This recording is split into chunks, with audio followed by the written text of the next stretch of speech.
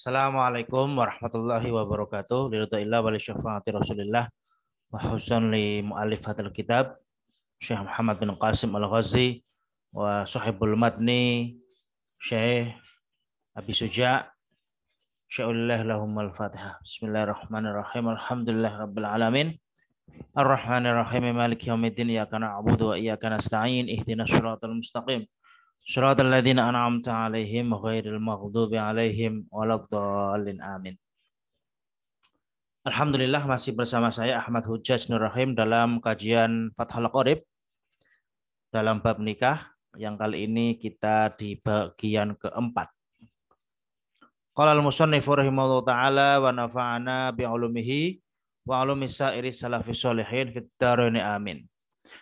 Bismillahirrahmanirrahim. Thumma syara'a, kemudian bertindak. Thumma syara'a, kemudian bertindak siapa? Abi Suja' atau pengarang kitab matan fi uyubin nikahi, di dalam menjelaskan aib-aibnya nikah. Sifatnya uyub al-muthbitati, yang menetapkan apa uyub, lil khiyari, kepada memilih fihi, di dalam nikah. Faqala, maka kemudian berkata siapa musannif matan Abi Suja', waturaddu, dan dikembalikan siapa almar'atu, perempuan, aiz zaujatu, maksudnya adalah istri, bi khamsati uyubin, dengan atau sebab 5 aib. Ahaduha, adapun salah satunya khamsah itu bil jununi, sebab gila.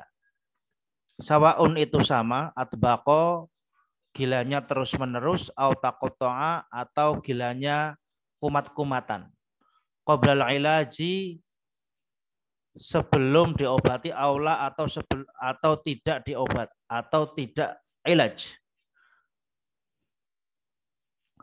Jadi ketika sudah melangsungkan pernikahan, ada 5 hal, 5 aib yang menyebabkan seorang istri boleh dikembalikan kepada orang tuanya. Dikembalikan di sini bukan berarti diceraikan, tapi difasakh. Perbedaan antara fasakh dengan cerai atau tolak adalah kalau tolak itu nanti akan mengakibatkan adanya iddah. Sementara kalau fasakh itu seolah-olah tidak pernah terjadi pernikahan. Jadi kalau seorang perempuan diceraikan, dia akan mendapati iddah. Dan kalau iddah maka bisa dirujuk kembali. Tapi kalau fasakh, kalau sudah dilakukan fasakh, dibatalkan nikahnya, dikembalikan kepada orang tuanya, ini seolah-olah si suami dan istri belum pernah melakukan akad apa-apa. Artinya dia tidak menjalani iddah. Itulah perbedaan antara nikah dan fasakh, antara tolak dan fasakh. Seorang perempuan yang memiliki beberapa aib ini bisa difasakh, bisa dikembalikan kepada orang tuanya dan seolah-olah tidak pernah terjadi pernikahan. Apa itu? Yang pertama adalah sebab junun atau gila. Sama saja gilanya terus-menerus atau kumat-kumatan. Sama saja gilanya diobati atau belum diobati. Fakhoroja, maka terkecuali apa al-ihma'u, atau fakhoroja maka mengecualikan apa junun al-ihma'a, kepada pingsan atau ayan, pingsan. Fala yusbitu, fala yasbutu, maka tidak tetap bihi, dengan al-ihma, apa al-khiyaru, memilih, fi faskhin nikahi, di dalam memfasakh nikah, walau dama, meskipun langgeng apa ihma. Khilafan, berbeda pendapat, lil mutawali, kepada imam mutawali. Jadi ayan atau sekedar pingsan itu tidak menyebabkan seorang suami boleh memilih antara meneruskan atau mengembalikan, memfasakh nikahnya. Ya, khiyar itu memilih, artinya seorang suami kalau mau ya dilangsungkan saja pernikahannya. Tidak dibatalkan, tidak difasakh kalau mau. Tapi kalau mau ya dikembalikan saja. Ya, nanti kan kurang bahagia ya kalau punya istri gila. Wathaniha, adapun yang kedua dari khomsah itu biwujudil judami, sebab adanya penyakit kusta. Bidzalin dengan dal al mu'jamatin yang dititik apa dal judami. Kalimat bidzal mu'jamati kenapa disebutkan dengan dal di titik satu gitu kan ya, karena zaman dulu kan belum dititikin. Maka judami itu dijelaskan dalnya di titik supaya enggak diambil, enggak dipahami dengan khudam seperti itu. Karena nanti maknanya akan berbeda. Seorang istri itu boleh dikembalikan, boleh difasakh nikahnya ketika dia memiliki penyakit kusta. Apa itu kusta? Wahwa yaitu, adapun kusta itu illatun penyakit. Yahmaru yang jadi merah minha sebab illah apa al-udwu anggota badan. Tsumma yaswaddu kemudian menghitam apa udwu, tsumma yataqatta'u kemudian apa namanya yataqatta'u itu terpisah-pisah lah. Apa al-udwu tsumma yatanatharu kemudian terpencar-pencar apa al-udwu. Ini penyakit juzam atau kusta. Kalau sudah seorang istri kok ada penyakit kustanya, dia boleh difasakh nikahnya. Wasalisu adapun yang ketiga itu biwujudil barosi sebab adanya penyakit baros atau penyakit lepra. Wahwa adapun baros itu bayadun putih-putih fil jildi di dalam kulit, yudhibu yang menghilangkan apa bayat, damal jildi darah yang ada di kulit. Wama dan hal tahtahu yang ada di bawah kulit, minal lahmi berupa daging. Fakhoroja maka mengecualikan apa al-baros al-bahako kepada penyakit vitiligo. Wahwa yaitu wahwa adapun bahak itu ma penyakit yohoyiru yang merubah warna apa ma al jalda kepada kulit.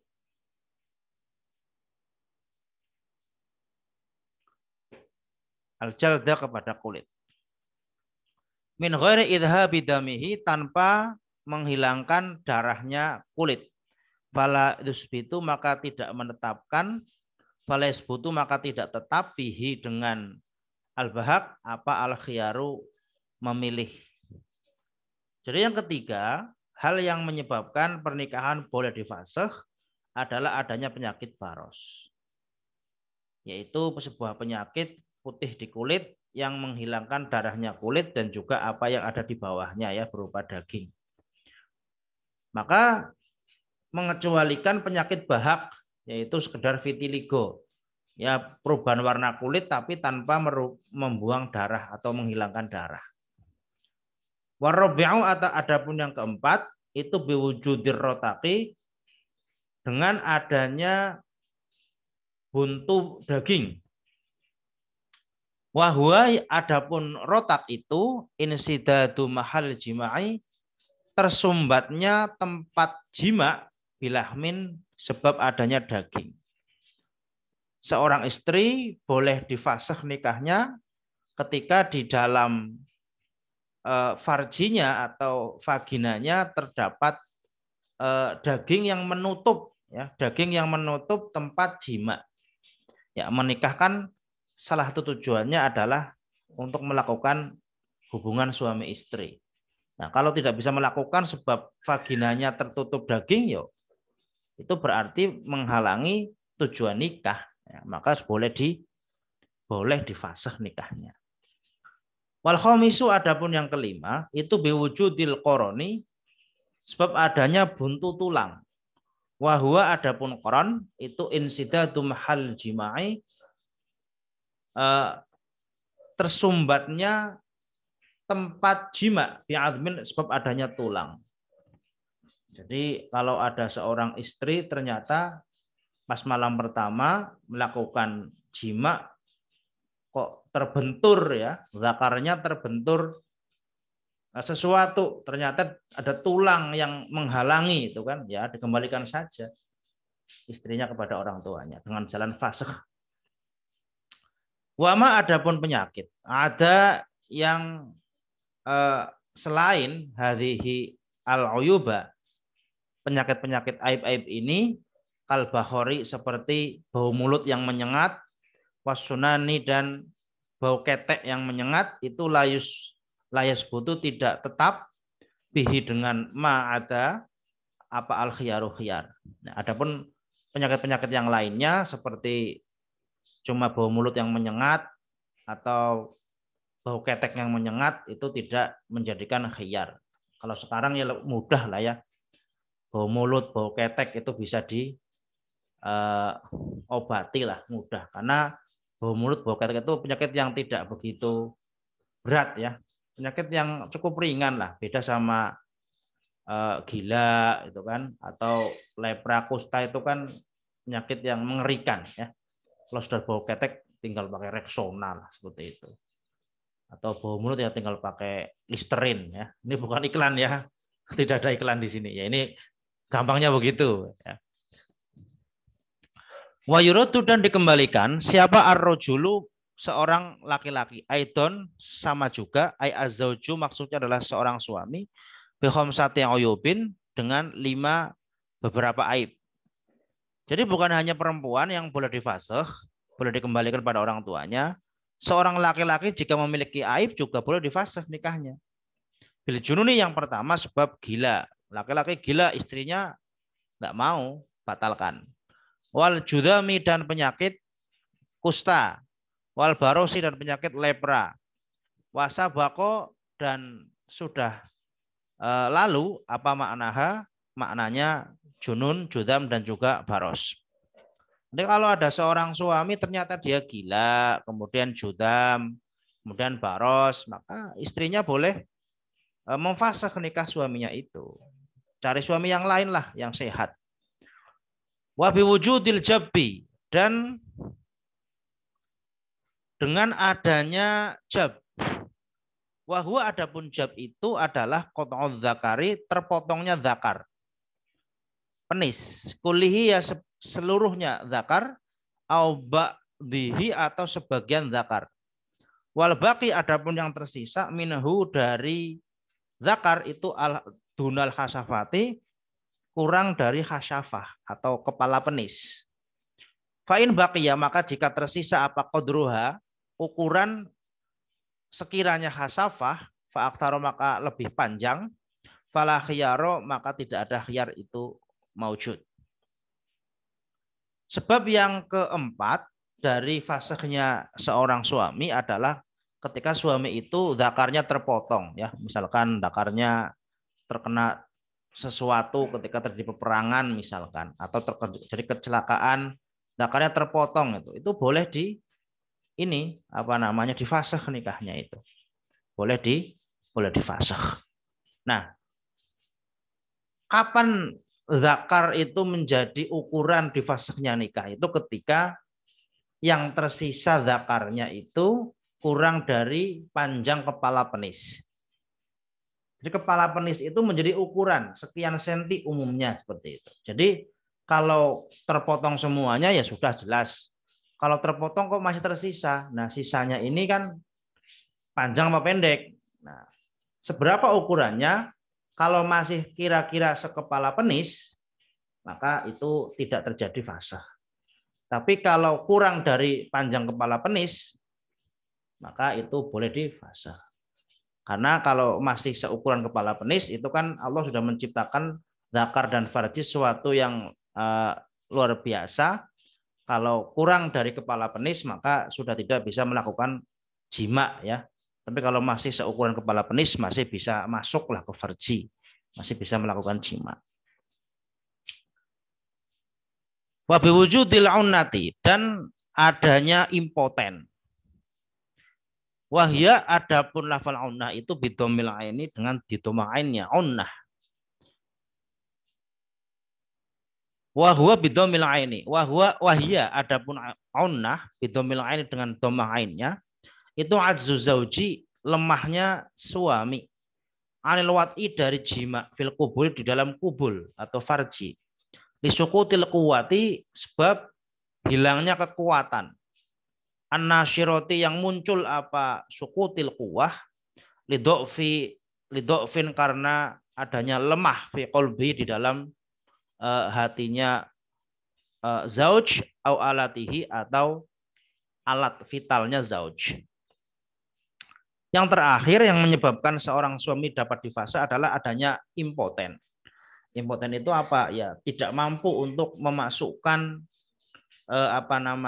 zakar ke dalam farji, baik itu sebab hatinya tidak tergugah, ya, tidak terangsang, ya, atau maupun ya hatinya tergugah tapi alatnya memang ada saraf-saraf yang rusak sehingga tidak bisa melakukan hubungan suami istri. Wa yustarotu, dan disyaratkan fil uyubi, di dalam aib-aib al-madhkurati, yang disebutkan tadi, apa arrafau, melaporkan, fiha, di dalam al-uyub, ilal qadhi, kepada hakim.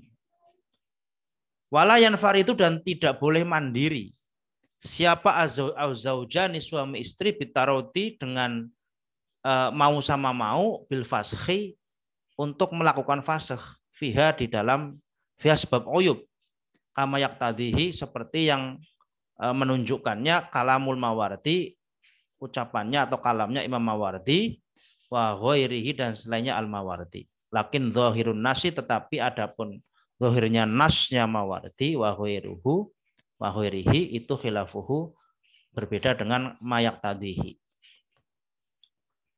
Wa yustarotu, maksudnya disyaratkan di dalam aib-aib yang telah disebutkan tadi, aib-aib yang ada pada zaujah, aib-aib yang ada pada zauj, disyaratkan harus dilaporkan kepada hakim, kemudian hakim memutuskan dengan fasakh, memutuskan fasakh.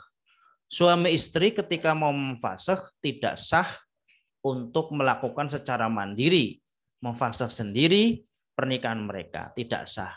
Fasakh itu harus dilakukan di depan hakim. Artinya suami istri melaporkan kepada hakim, kemudian hakim meneliti kebenarannya, kebenaran laporan suami atau istri ini, lalu hakim memutuskan fasakh. Itu maksudnya wala yanfaridu az-zaujani bitaroti. Ya, kalau sekarang ya fasakh itu dilaporkan ke pengadilan agama, seperti itu. Baik, sampai di sini dulu pertemuan kita di Fathul Qorib ini, semoga bermanfaat. Kita ketemu di pertemuan selanjutnya.